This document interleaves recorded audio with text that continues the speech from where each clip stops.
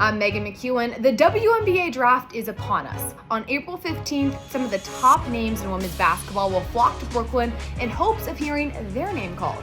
And now I'm going to take you through my round one mock draft. With the number one overall pick in the draft, the Indiana Fever are going to pick Caitlin Clark. Everybody would be shocked if this doesn't happen.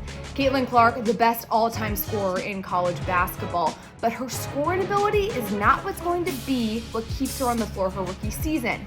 Clark's IQ and facilitating is what's going to make her so impactful, especially when she gets into two-man game situations with Aaliyah Boston. Caitlin Clark's ability to read the defense and bait defenders is going to leave Boston wide open, and it's going to be a deadly combination year one in Indiana. The Sparks have the number 2 pick in the draft, and I think they're going to select Cameron Brink. The Sparks lost Nneka Ogwumike over free agency this past offseason. They need a shot blocker down in the paint. Cameron Brink was the 2024 Naismith Defensive Player of the Year, and on the offensive end, she's got a wide skill set and a ton of versatility that's going to develop and continue to translate well at the next level. The Chicago Sky have the number 3 pick in the draft, and they have a brand new roster from last season. I think the Sky are going to pick Rickea Jackson out of Tennessee. Jackson is 6'2", she's a forward that has guard skills, which makes her a mismatch problem. I think she would be a great complement to Diamond DeShields and Marina Mabrey, making that Chicago offense a little more dynamic. The Los Angeles Sparks also have the number 4 pick in the draft, where I think they're going to select Kamilla Cardoso from South Carolina. Cardoso is 6'7", can score down on the block, and rebound at a high level. As the Sparks go into the post-Nneka Ogwumike era, it's going to be so important for them to continue building that front court depth. Cardoso is the perfect addition. At number 5, I feel the Dallas Wings are going to select J.C. Sheldon from Ohio State. Sheldon's ability to knock down the three and her IQ and motor are so attractive to folks at the next level. Dallas was the worst three-point shooting team last season in the W, 31% from beyond the arc. Sheldon fills that gap with a three-point shooting ability. The Washington Mystics have the number 6 pick in the draft, where I think they're going to go with Aaliyah Edwards from UConn. Aaliyah Edwards averaged nearly a double-double in her senior season with more than 17 points and 9 rebounds. She's 6'3", her body is pro-ready, and at this point in the draft, Aaliyah Edwards would likely be the best available pick. With the number 7 pick in the draft, I think the Minnesota Lynx are going to go after Angel Reese.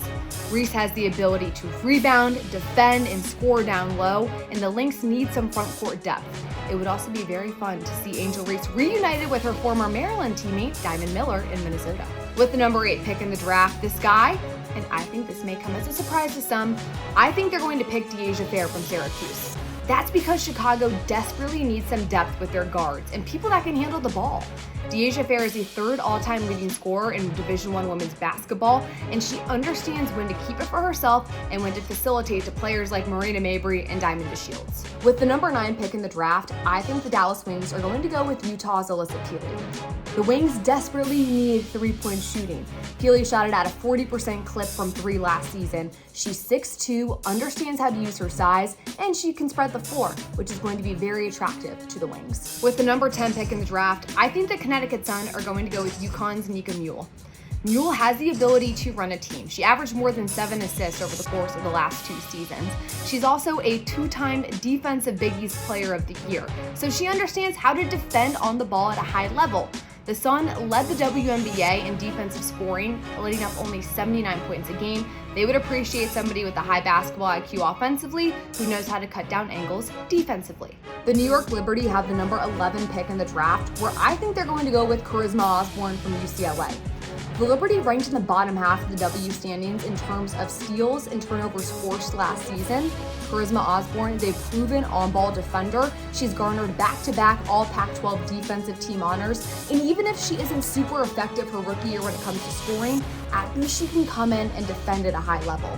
With the final pick in the first round, the Atlanta Dream are going to go with Nardiu Pout from Australia.